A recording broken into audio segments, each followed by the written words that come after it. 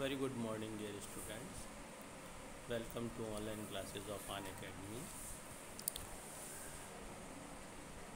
In previous class, we discussed about the fibers. In that, we already discussed the objective of this chapter, new terms, and classification of fiber in that natural fiber and man-made fiber. Natural fibre में cotton, jute, हेम, flex, silk, वूल के बारे में हमने पढ़ा। Manmade fibre है nylon, rayon, polyester. इसमें हमने cotton के बारे में, कॉटन का किस तरीके से कल्टीवेशन किया जाता है और क्या क्या प्रोसेसिंग होती है, वो सारा हमने पढ़ा था। नेक्स्ट जो टॉपिक आता है हमारा, नेक्स्ट जो फाइबर है, इट इज़ जूट। ये आपका नेचुरल फाइबर है नेक्स्ट, जिसको हम जूट कहते हैं। Jute is one of the world's most important natural fibre. ये विश्व का सबसे इम्पॉर्टेंट, मोस्ट इम्पॉर्टेंट, बहुत ज़्यादा इम्पॉर्टेंट नेचुरल फाइबर है। It is a long, soft, shiny plant and is one of the cheapest natural fibre. इसका जो plant होता है लंबा होता है, सॉफ्ट होता है और चमकदार होता है, और ये वर्ल्ड का सबसे चीपेस्ट यानी सस्ता फाइबर होता है, natural fibre. The main jute producing countries of the world are Bangladesh, India and Thailand.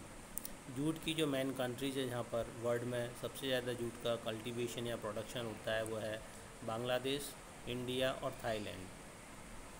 Jute is a rainy season crop. Generally jute जो है रेनी सीजन में, ये रेनी सीजन क्रॉप है, रेनी सीजन में इसको shown किया जाता है। It require deep fertile alluvial well soil. इसके लिए जो एल्यूविलियर सॉइल जो होती है, फर्टाइल सॉइल जो होती है, उसकी रिक्वायरमेंट होती है। Almost 85% of the world's jute cultivation occurs in a Ganga delta. तो वर्ल्ड का जितना भी जूट कल्टीवेट होता है उसका 85% गंगा का जो डेल्टा है वहाँ पर बनता, कल्टीवेट किया जाता है, जिसमें बांग्लादेश और इंडिया वाला पार्ट आता है। अभी किस तरीके से किया जाता है, इसका प्रोसेसिंग क्या होता है, उसके बारे में हम डिस्कस करते हैं। Farmer scatter the seeds on cultivated soil when jute plant are about 15 to 20 centimetre tall. They are cut, these stalks are cut close to the ground. इसमें क्या होता है कि पहले ग्राउंड की प्रिपरेशन करने के बाद में, प्लगिंग करने के बाद में, फार्मर जो है इसके जो सीड्स हैं उनको वो स्कैटर्ड कर देता है, फैला देता है। उसके बाद में जब ये प्लांट्स ग्रो अप हो जाते हैं, नियर अबाउट 15 to 20 सेंटीमीटर लंबे हो जाते हैं, तब इनको ग्राउंड से यानी ज़मीन से वहाँ से इनको कट करते हैं और उनके बंडल बना लिए जाते हैं। They are then tied into the bundles and soaked in water for 20 days। फिर उसके बाद में बंडल, छोटे छोटे बंडल बना करके पानी के जो क्यारियाँ बनाई होती हैं या पानी के गड्ढे होते हैं उनके अंदर इनको डाल देते हैं। लगभग 20 दिन तक ये डले रहते हैं। This process is called the rating. इस प्रोसेस को रेटिंग कहते हैं। इसमें क्या होता है कि जो बैक्टीरियल प्रोसेस होता है जिसकी वजह से ये गल जाता है और ये फाइबर जो है इसमें से अलग हो जाता है।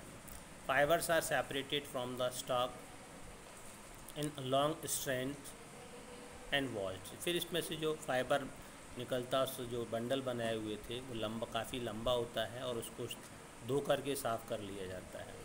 They are spread on the thatched roof to dry for 3 days। फिर इसको बाद में इसको छतों पर डाल देते हैं और 2-3 दिन तक इसको सूखने देते हैं।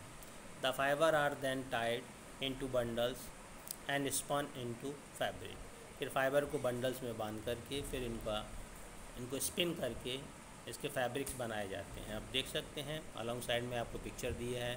इससे रोप बनाई जाती हैं, कारपेट बनाए जाते हैं, बैग्स बनाए जाते हैं। जो गनी बैग देखे हैं आपने, जो जूट के जो थैले वगैरह आते हैं जिसमें गेहूँ वगैरह भर के आते हैं। आजकल तो प्लास्टिक के चलने लगे, पहले वो वाले चलते थे। तो ये सारी चीज़ें इससे बनाई जाती हैं। नेक्स्ट जो नेचुरल फाइबर आता है दैट इज़ वूल, यानी ऊन। वूल की अगर हम बात करते हैं, वूल and another animal fiber, hair fiber, are formed for clothing. That keep the animals dry and warm naturally. Wool जो है एक दूसरा नेचुरल फाइबर होता है जो एनिमल फाइबर है।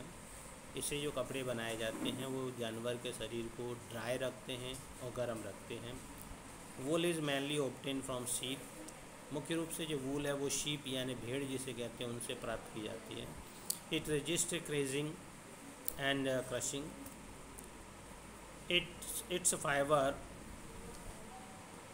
uncurl when stretched but return to their original state when released. It resists creasing and crushing. इसमें यानी क्रीजिंग नहीं होती है, यानी कि जिस तरीके से दूसरे कपड़ों के अंदर अगर हम आयरन कर देते हैं तो क्रीज बन जाती है, वो नहीं होती हैं, ठीक है। और जो व्रिंकल्स यानी सलवटें वगैरह ये भी इसके अंदर नहीं आते हैं। इसके जो फाइबर होता है वो एक तरह से बंच के फॉर्म में होता है, स्प्रिंग जैसा होता है। इसको लंबा करते हैं तो लंबा हो जाता है, खिंच जाता है, और जैसे ही हम उसको रिलीज़ करते हैं वापस से वो उस तरीके से आपका जैसे घुंघरालू बाल होते हैं उस तरीके से हो जाता है। A wide range of breed of sheep is use for providing fibre different in fitness. एक बहुत ज़्यादा ब्रीड्स इसकी पाई जाती है किसकी, शीप की, जिससे वूल फाइबर ऑब्टेन किया जाता है। Merino sheep very fine and soft, जिसमें से मेरिनो शीप का जो फाइबर होता है बहुत ज़्यादा फाइन और सॉफ्ट होता है, तो ये बेस्ट क्वालिटी का आपका वूल होता है। Now days Australia is the biggest producer of wool in the world. और आजकल ऑस्ट्रेलिया जो है बस विश्व में सबसे ज़्यादा जो वूल को प्रोड्यूस करने वाली कंट्री है। Wool is remove from the skin of the sheep by using the Clippers. This is called the sharing. एक प्रोसेस होता है शेयरिंग करना।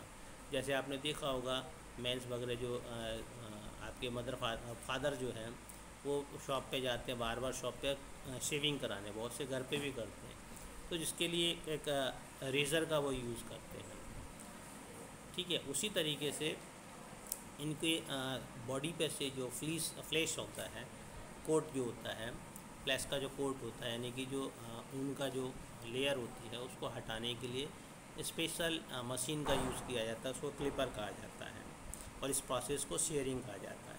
It is then packed and transport to mills for cleaning and spinning into fibre. उसके बाद में उसको गांठों में बांध करके, बड़े बड़े गांठों में बांध करके, बोरों में भर करके फिर फैक्ट्रीज में इसको सेंड कर दिया जाता है, जहाँ पे इसको साफ़ करके और ग्रेडिंग करके, डाइंग करके, फिर इसको ट्विस्टिंग करके फ़ाइबर बनाया जाता है। This fibre is use for knitting woollen cloth. फिर इस फाइबर का जो यूज़ होता है वूलन क्लॉथ को बनाने में किया जाता है। Okay, today we discuss up to here. The remaining topics we will discuss in next class. Have a good day.